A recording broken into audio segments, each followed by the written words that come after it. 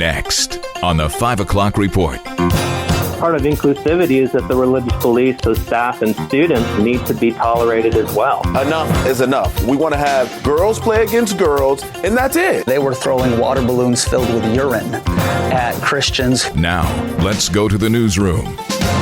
Good afternoon and welcome to the broadcast. I'm Family Life News anchor Sarah Harnish. Tariff tension. It is a tennis match in the court system today over Donald Trump's global trade war. You mean that a federal judge has intervened with the other two branches' ability to make policy? I'm shocked. That hasn't happened since yesterday. Last night, a court ruled his tariffs with dozens of nations must be paused. Then a few minutes ago, an appeals court stayed the decision. It means Donald Trump can move forward, leveling the playing field across the world for global trade for American businesses. White House Press Secretary Caroline Leavitt says the High Court needs to step in. But ultimately, the Supreme Court must put an end to this for the sake of our Constitution and our country. Trump in the process of renegotiating contracts with nearly every major trade partner in the world. Louisiana Senator John Kennedy says Trump's tariffs are legal and activist judges should not be able to override a decision from Congress and the president. We have a bill in Congress proposed in the Senate by Senator Grassley to make it very clear that national injunctions are an abuse of authority. The all clear was just given in Tel Aviv after missile sirens went off.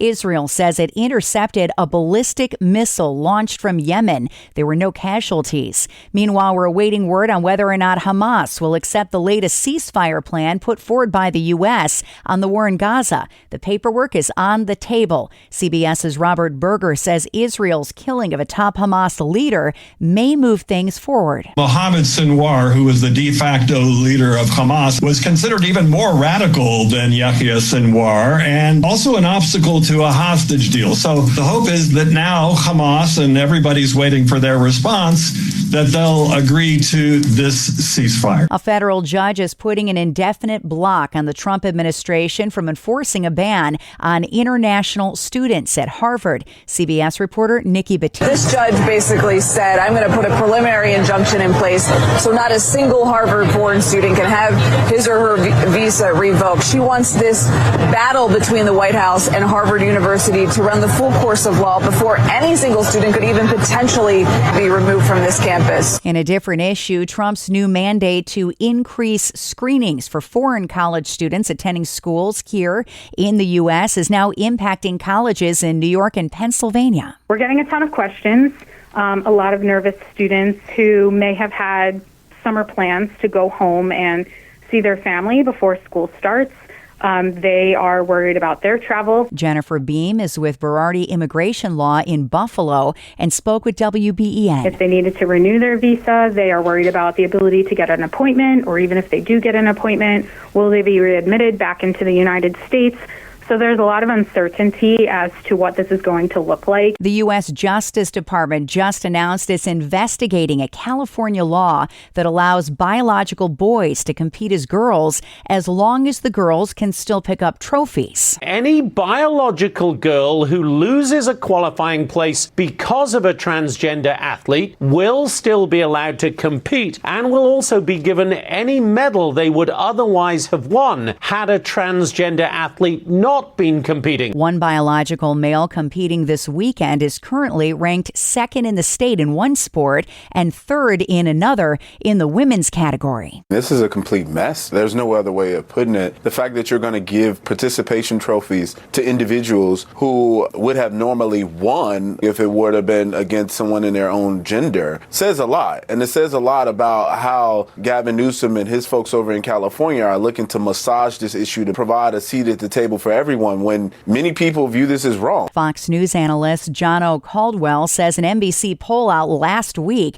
found 75% of Americans agree girls' sports should be protected. Knowing that this is an issue that the DOJ and the Trump administration would take issue with, and the American people seemingly are with the Trump administration on this based on polling, I would think that they would stop in their tracks and say enough is enough. We want to have girls play against girls, and that's it. The FBI is probing claims of of targeted violence against Christians in Seattle. It's in response to weekend demonstrations that turned violent. That event has been labeled by the media as some sort of anti-LGBT type rally, and it wasn't. That event offered free haircuts to kids, free bike giveaways, free groceries for the community. Pastor Russell Johnson says hundreds of Antifa militants interrupted the peaceful assembly of Christian activists. They were throwing water balloons filled with urine at Christians who stood in the park and were assaulted for the high crime of worshiping Jesus in a public space. Still, the mayor of Seattle, Bruce Harrell,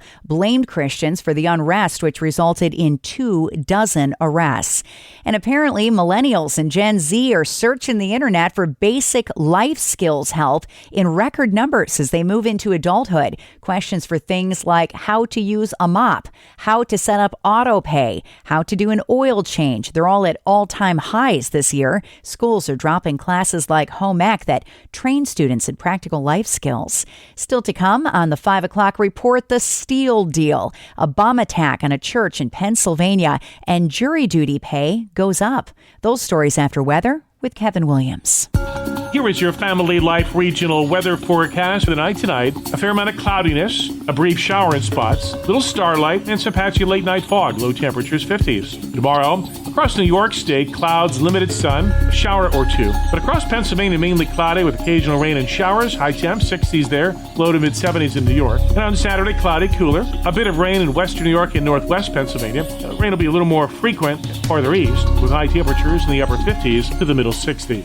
Thank you, Kevin. Checking the stories making news where you live across New York and Pennsylvania. President Trump heads to the Keystone State tomorrow, Pittsburgh, to celebrate a steel deal. Governor Josh Shapiro says he doesn't agree with Trump on much, but keeping steel manufacturing in Pennsylvania is a go for him. We've got a great heritage and history when it comes to steel making.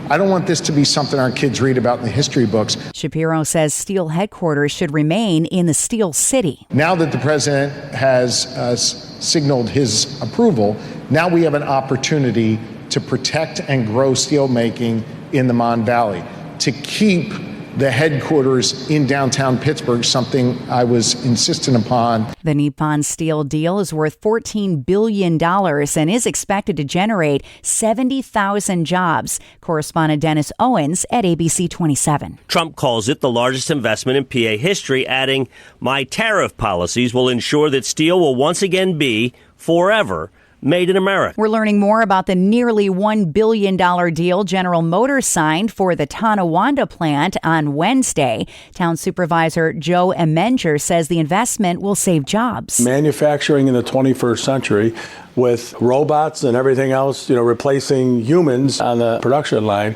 job retention is very important. That cannot be underestimated. Not everyone's happy, though. It's another story for workers at GM's Rochester plant. The company has notified 74 of our members that are placed on indefinite layoff. Local UAW President Dan Maloney, who says the layoffs are due to declining electric vehicle sales, along with other work being shifted to a plant in Mexico. Laid-off worker Dominique Boswell tells Wham News. It's kind of hard because I just bought my car and then laid me off. So it's kind of a bummer. They asked some of us to do a transfer, but a lot of us don't have cars, so we can't do a transfer.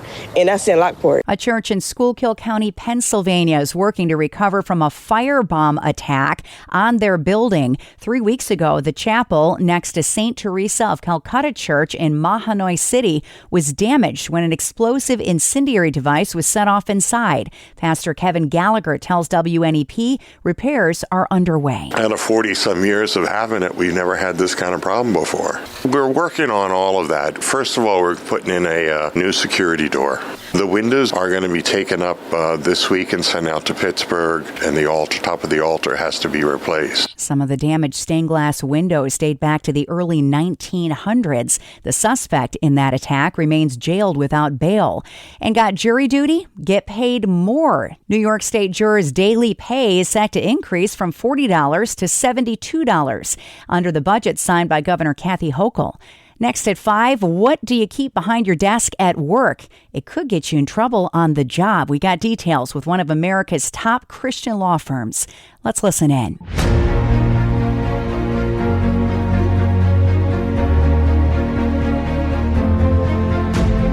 This is Faith Under Fire. We take you straight to the voices on the front lines of religious battlegrounds. I'm news anchor Sarah Harnish, and with me today, Alliance Defending Freedom Legal Counsel Matthew Ray. We're talking religious speech. This is a brand new lawsuit that was filed out of Oregon that protects the right to display books that reflect Christian values. Can you tell me about the case of Rod Tice? Absolutely. So he displayed Johnny the Walrus for 2 years without issue, and he displayed He is He and She is She for about a month until one coworker passed by his office, saw the books through the window on display, went home, looked them up, and determined that they were offensive and complained to his boss that they were transphobic. That one complaint from an employer who simply disagreed with the message that he or she perceived was the only basis for censoring him. And this guy has been employed since 2008, and it's a single complaint. Is this a case actually about books, or is it about something else? This case is about defending the First Amendment rights of not just Rod, but all public employees. If you only have the freedom to agree with those in power, you don't have freedom at all. The message inside that trio of books was that every child should embrace and love themselves as God made them to be. Are we reaching a place in American society where faith-based values are muted in the name of being inclusive? Part of inclusivity is that the religious beliefs of staff and students, including Rod, need to be tolerated as well. The Supreme Court has said that learning how to tolerate speech or prayer of all kinds is part of learning how to live in a pluralistic society. And the First Amendment applies in the public workplace, too. Do you think it could have a ripple effect and affect other cases where people are not allowed to share their faith in their workplace? This was a book sitting behind his desk. It wasn't even him sitting in front of children sharing the hope of Christ. It was just literally a book. Absolutely. Public employees don't surrender their First Amendment rights by reason of their employment. Public officials encroach on that and on the First Amendment when they try to censor employees' private speech solely because they disagree. Rod works hard to serve his community, and threatening to terminate him because of his deeply held convictions only harms our society. We can disagree about many issues, but our strength as a society lies in how we treat those with whom we disagree. There's a bigger issue here, and that is the word transphobic. Technically, anyone following Scripture would be transphobic. Do you think that a case like this can rattle the label and maybe change the dialogue? I think we're seeing a great shift in the nation. Something like 80% of Americans don't believe that men should compete in women's sports. Rod wasn't talking about a message about gender identity. It was just about celebrating God's design for kids and for all individuals as male or female, and that's a beautiful design. That was his prayer, and he was censored for that, and that's just not right. Learn more about this case at adflegal.org. You can subscribe, listen to, and share Faith Under Fire and all of Family Life's original podcasts at Apple Podcasts, Spotify, YouTube, or at familylife.org.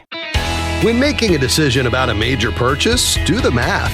Hi, I'm Rob West with today's Faith and Finance Minute. When you run the numbers, it may become clear that you need to wait or perhaps seek other options. Leo Sabo of the Christian Stewardship Network writes about this in an article posted at faithfi.com. He says unwise spending decisions can often be traced to numbers being misrepresented, misunderstood, or just plain ignored. In financial decisions, doing the math is knowing the facts, making sure the spending fits into your current budget. Not overextending yourself, he says, could keep you and your family free from years of financial struggles. Well, he has a good point. If you're not sure you can afford something, don't just press ahead. First, do the math. We can help you learn to manage your money according to biblical principles when you download the free FaithFi app. You'll find it on our website at faithfi.com.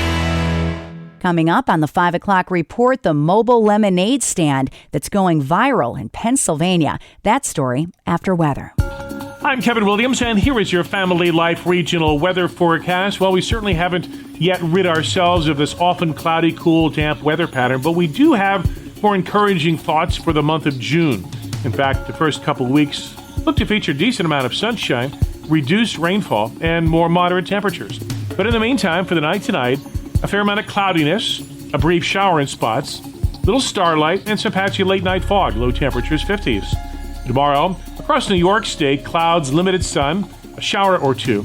But across Pennsylvania, mainly cloudy with occasional rain and showers, high temps, 60s there, low to mid-70s in New York. And on Saturday, cloudy, cooler, a bit of rain in western New York and northwest Pennsylvania. Rain will be a little more frequent, farther east, with high temperatures in the upper 50s to the middle 60s. All right, Kevin. Finally, at 5, they say when life gives you lemons, make lemonade. And a couple of Pennsylvania youngsters are brightening the days of Pittsburgh residents with their lemonade stand. 6-year-old twin brothers Major and Mahey Muhammad already have thousands of Instagram followers. That's where they post the moving location of their stand each weekend, along with a variety of special flavors from peach and strawberry to kiwi and mango. But the real recipe for their success? And when we show kindness, we show everyone that we care. We want to make sure everyone feels special and loved. The homeschool boys say the best part isn't making a little money since payment is optional, but just making people smile. And that's the world that we live in for Thursday, the 29th of May. I'm Sarah Harnish, and this is the 5 o'clock report on Family Life.